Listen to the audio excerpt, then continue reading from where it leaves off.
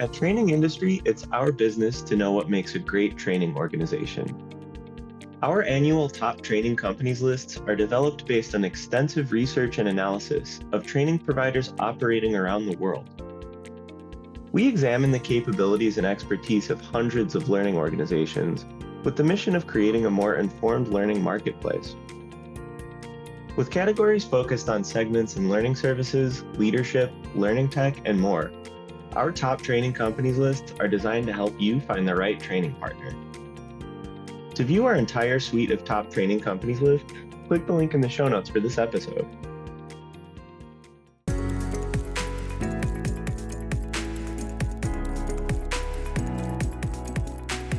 Welcome to the Business of Learning, the Learning Leaders podcast from Training Industry.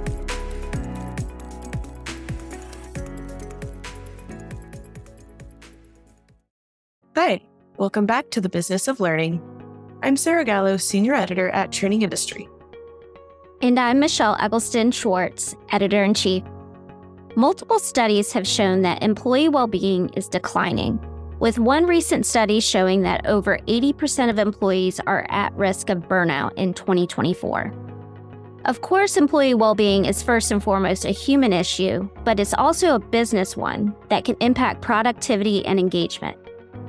Today, we're excited to speak with Kyile Stair, Chief People Officer at Litmos, to learn more about how learning and development can support employee wellness and well-being. Kyile, thanks for speaking with us today. Absolutely. It is a pleasure to be here. Yes, welcome. Well, before we dive deeper, can you start by sharing a little bit more about the current state of employee well-being? Yeah, I'd be happy to. And let me start off by saying that well-being is a very personal and important topic for me.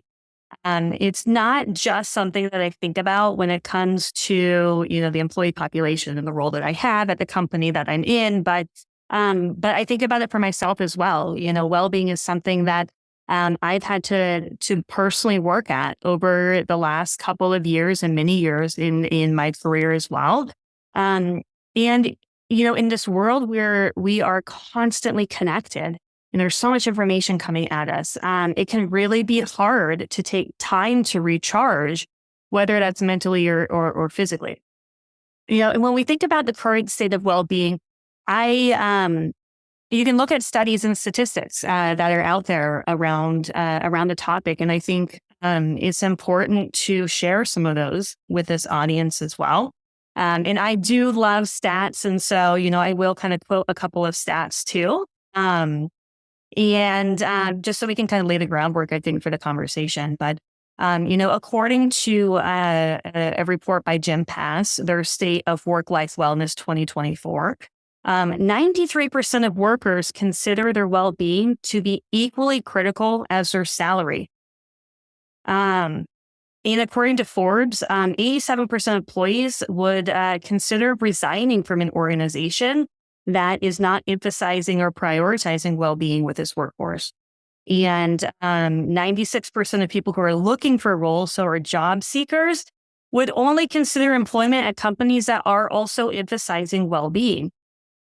When we think about the workforce and we think about healthy employees who are mentally, physically, feeling at their best, they are more productive. They have less sick days and they're showing up engaged. They're excited about what they're doing. They want to contribute to the organization and drive the success of the company too. Ultimately, when I think about well-being, I absolutely align it to the bottom line of the business. Definitely. Thank you so much for sharing and breaking all that down for us. So we know that burnout can happen for a lot of reasons. And so I think it would be helpful if you could share some of the more common reasons for burnout in today's work environment. Yeah, I think we did see a pretty strong peak of burnout around 2022 with just everything going on in the world at that point in time, But I think it really comes as no surprise, and in my own personal experience, that there's this mentality of doing more with less out there. And specifically in the tech space, which is kind of where I have spent a lot of my career in, you're seeing a lot in the news around companies restructuring and, reorganizing their workforce and letting people go. And there's what kind of some of this result is they're not only doing that, but they also need to stay innovative and they need to stay ahead of the curve or ahead of the competition, or at least staying in line with the competition when it comes to innovation and the products and stuff that they're building and creating and getting out there. And, I think it comes again, like when we think about what's leading to this burnout is an increased workload. You have less people maybe who are still trying to do the same outputs and get the same sort of workload completed. And then there's this increased pressure to continue to meet deadlines, to work quick, to get something out the door, to continue to move this company forward. And you align that also with just mental health and what's going on with constantly being connected and not just at work, but constantly connected in your personal life with everything else that's coming at you. And those are kind of, highlighted as 3 big topics around driving burnout: increased workload, mental health challenges, and this pressure to meet these deadlines. Yeah, so real important factors to consider. And, I'm sure we'll see more challenges ahead in the future as things evolve, for sure. So kind of with those factors in mind, I'd love if you could kind of break down how learning and development leaders specifically can really support employee well-being and mitigate burnout. Yeah. From what I've seen of conversations with employees, they are looking for resources and programs to support their well-being. Again, whether it's from maybe the benefits side of the house or maybe it's, some formal training. But this is a really great topic in my mind for L&D professionals to step into. When we think about you can think about formal training topics around, and we can talk about maybe some of the things that we've done at Litmos, but, formal training around awareness of mental health and stress in the workplace and what it means to maybe work in a remote environment if you are, or have moved to that now. But it doesn't have to come in the form of like formal training, right? L&D professionals, I think, play a really key part in employees' experience at work when it comes to experiential learning. What sort of peer-to-peer learning opportunities have we created for our employee base or for our manager base for that matter? What sort of mentorship programs have we built for our organization or support for our organization alongside maybe coaching programs? Like there's this whole experiential side of the house that L&D, I think, can tap into when it comes to learning from others, sharing with others in a setting that's not just taking information in from a formal training, right? And I do think there's benefit in that as well. And there are some things that we've done at Litmos from that regard too. But I think there are a couple of different ways that L&D professionals can kind of come at it. Yeah, I love that. I'd love if you could also maybe share some kind of real world examples of those peer-to-peer programs or coaching programs, any other sort of wellness training and well-being programs that you found to be really successful. Yeah, I mean, I think we can talk like high level around just maybe programs in general and maybe some things that we've done as well around topics at Litmos. But, and I think, again, wellness is a broad topic and it can encompass mental, physical, financial wellness, social well-being, right? It is very, very broad. I think that we can, continue to understand where we build in some of these topics into our onboarding programs, let's say, when you join an organization. I think it's really important right out front that you kind of come out as a company with this focus on well-being too during onboarding. What's a great time to ensure that your employees know that you're committed to their success through the onboarding program?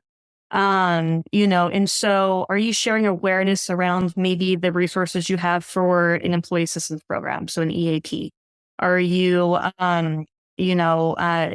sharing information maybe about what it's like, again, to work in a remote environment, or our managers going through a track specifically about mental health and maybe signs to look out for in their employee population, right?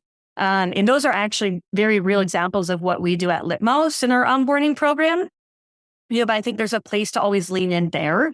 I think other resources that we can think about from an L&D perspective is leaning in too with our benefits team.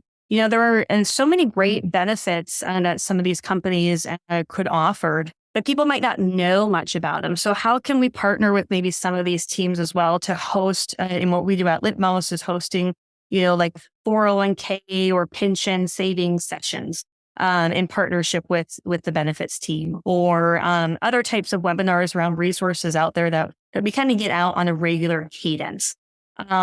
We also, I'm a personal proponent of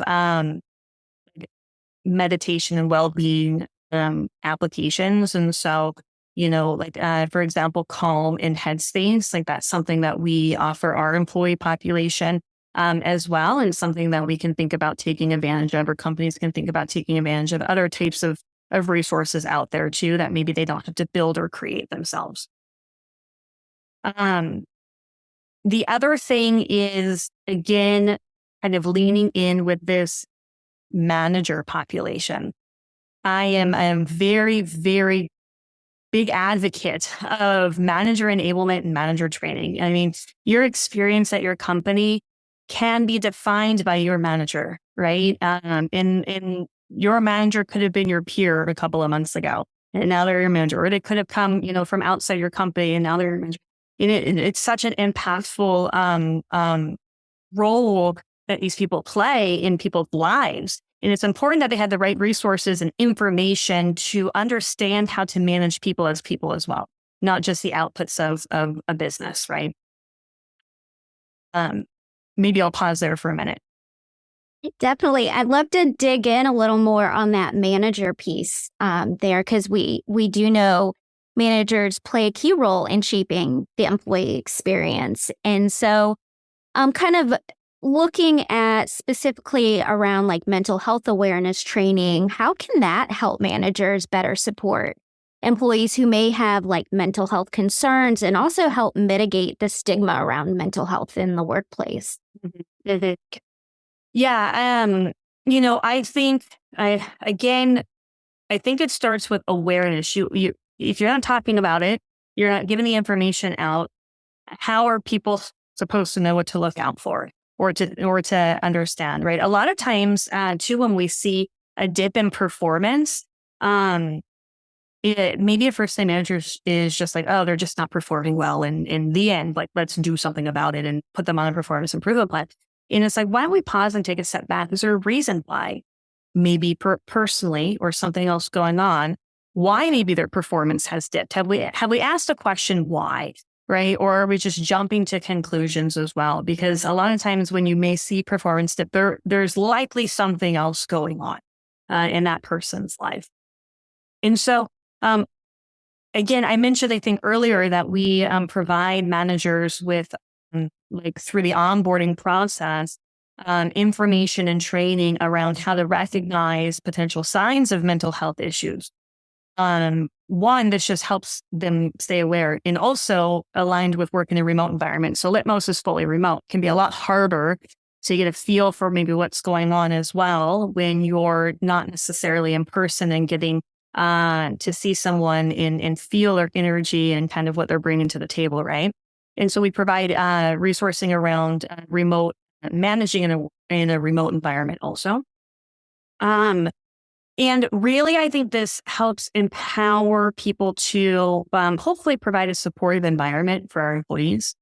And giving them the information, like I mentioned earlier, about they should know about the benefits and programs we have, the employee assistance programs, right? They should know about those topics, or know who to contact about those topics. Like, if maybe I don't know the answer, at least maybe the HR benefits team will know the answer, what the outlet or resource is for them to go to, but helping to give them that information so they can properly support what's the next step maybe for an employee as well.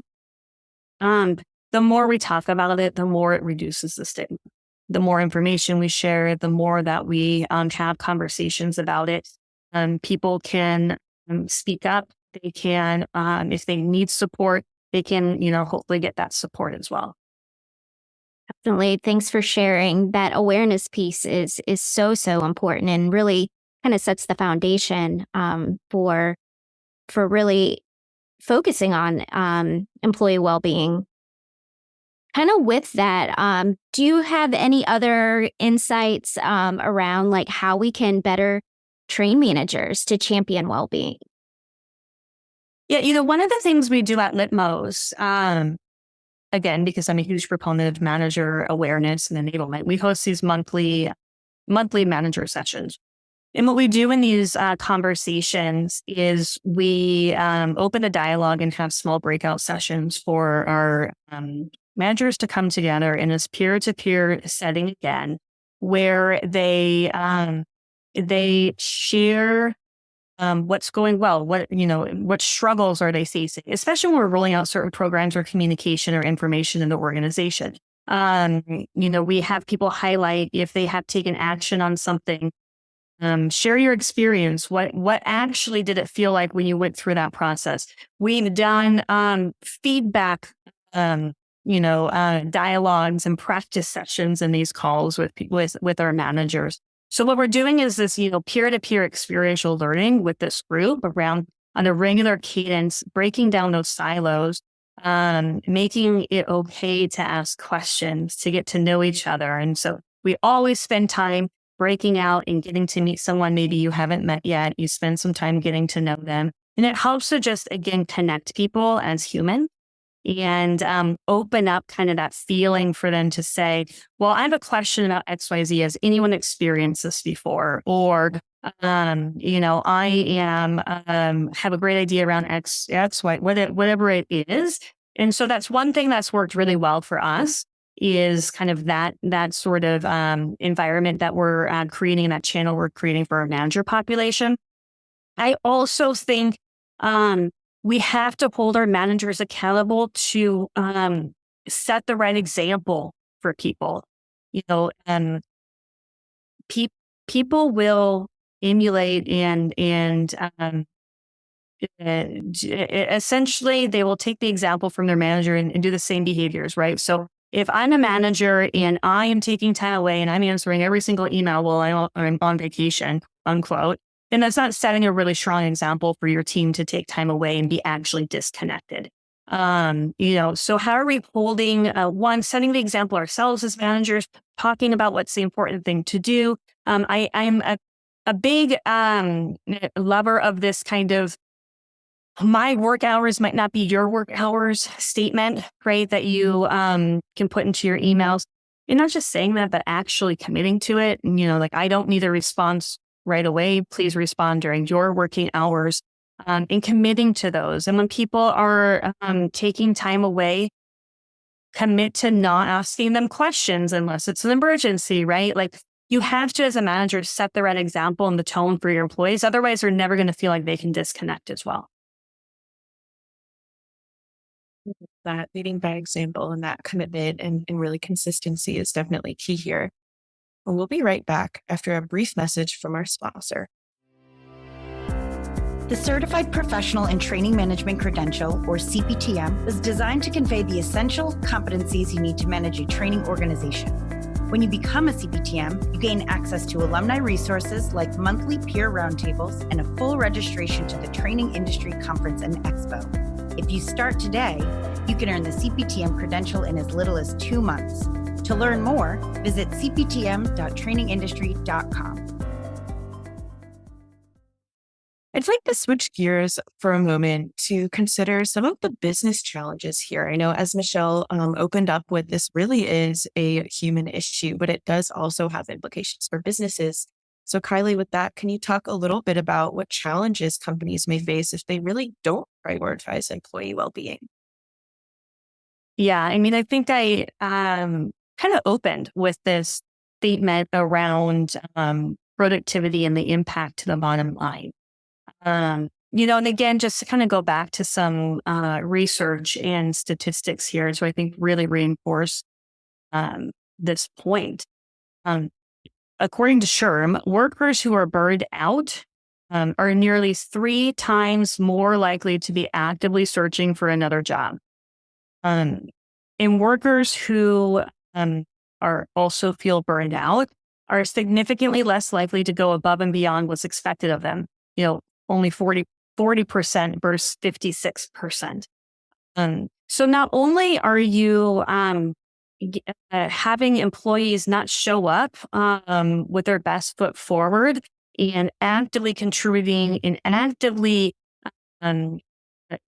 wanting to be part of the solution, you have people here who are probably, one, not going above and beyond, just maybe the minimum work possible, well, probably on the side looking for another job, right? And when we think about in organizations today where every role can count and we're expected to do more with less, it can have a significant impact on productivity in your organization, especially when it comes to specific roles. When you talk about revenue generation roles, those who are out selling, who are, kind of bringing the money into the organization, or customer retention roles, those who are maintaining and retaining your customers. However you make money as a company, and understanding, the direct impact that productivity can have on the bottom line in those roles, it's really important that you are recognizing, again, how much well-being an employee showing up with their best foot forward can drive the business forward as well. We've covered a whole lot of ground today. I've been enjoying this conversation a lot. But before we wrap up, I think it's important to remember that our listeners are busy learning leaders who may struggle to prioritize their own mental and physical well-being. What are some easy ways they can incorporate self-care and wellness into their daily routines? Great question. And I recognize that everyone recharges differently. But maybe I can share a couple of actions that I personally take and have tried to take over the past couple of years. I think, again, I mentioned at the beginning that I myself am on a journey around this topic and care about it personally. So some things that come top of mind for me: schedule in breaks. I personally live by my calendar. And so scheduling in a 5-minute break to stand up, to stretch, to go outside and get some fresh air, or end your call, schedule it for 25 minutes instead of 30 minutes, and stick to that, I think is really important. It can really just help you refocus on the task at hand and kind of get back to it, right? I also schedule in time to actually complete work tasks. I don't know about, those out there, but my calendar gets packed with meetings and back-to-back meetings. And if I don't schedule in time to do actual work, sometimes you don't know when you find the time to do that, right? And so I will block out 30 minutes to go through my checklist and get some stuff done. And that's really important to me. And sometimes people are like, you look really, really booked. I'm like, I am, because I'm also doing other work. Yes, I'm available for maybe a quick conversation or whatever, but I really am busy doing things from my calendar, right? I also speaking of that, I do not just accept any meeting that comes onto my calendar. I think it's really important we always think about, with the meetings that are coming our way, is there an agenda? Is there a very specific reason why we need this meeting? We should be asking those questions and not just having meetings for the sake of having a meeting. Really understand what value or benefit am I or the company or others getting out of this meeting? And if it's not, maybe important right now, or there isn't a real, reason for leaving this meeting and having an action item, then maybe, it doesn't make sense that you accept that. Or you talk about another mode or a channel of how to move that topic forward, like email or something else. I have tried very hard to take walks while I'm on calls. And this is really important, again, for me to, one, get outside, but also I don't know about anyone else, but I do my best thinking while I'm walking. And so, it's kind of twofold. You're getting work done and you're getting some exercise in, some fresh air, hopefully, depending on, what time of year it is and how hot it is outside or whatever, but I'm doing something different away from the desk. And lastly, I'd say for me personally, I really try and eat lunch away from my desk. And I will, again, block in time, 20 minutes for lunch, step away from my desk, and I read a book and just read a chapter of a book. And I'm like, okay, I'm going to completely get out of work mode. I have 20 minutes to eat anyway. I'm going to not do it in front of my computer if I can. It's not every day that this can happen, but I really try a couple times a week. And again, it just really helps me reset and feel re-energized to get back at it. So those are some things that work for me. I'm sure there's a lot of great ideas and examples out there from other people, but a couple of tips that I picked up along the way. I love that. Such great takeaways and tips we can all really try to implement more into our own daily routines. So thanks for that, Kylie. And it's been a pleasure having you on the podcast today. And on that note, how can our listeners get in touch with you if they'd like to reach out? Oh, yes. I am. I'd love to get connected with people. You can always reach out on LinkedIn. Happy to get connected there. I also would recommend, following the Litmos LinkedIn as well. The team's really great at sharing resources for learning professionals out there on LinkedIn. There's a lot of great information. So, feel free to follow Litmos or connect with me directly as well. For more resources on L&D's role in supporting employee well-being and on similar topics, visit the show notes for this episode at trainingindustry.com/trainingindustrypodcast. If you enjoyed this episode, let us know, rate or review us wherever you listen to your podcasts. Until next time. If you have feedback about this episode or would like to suggest a topic for a future program, email us at info@trainingindustry.com or use the Contact Us page at trainingindustry.com. Thanks for listening to the Training Industry Podcast.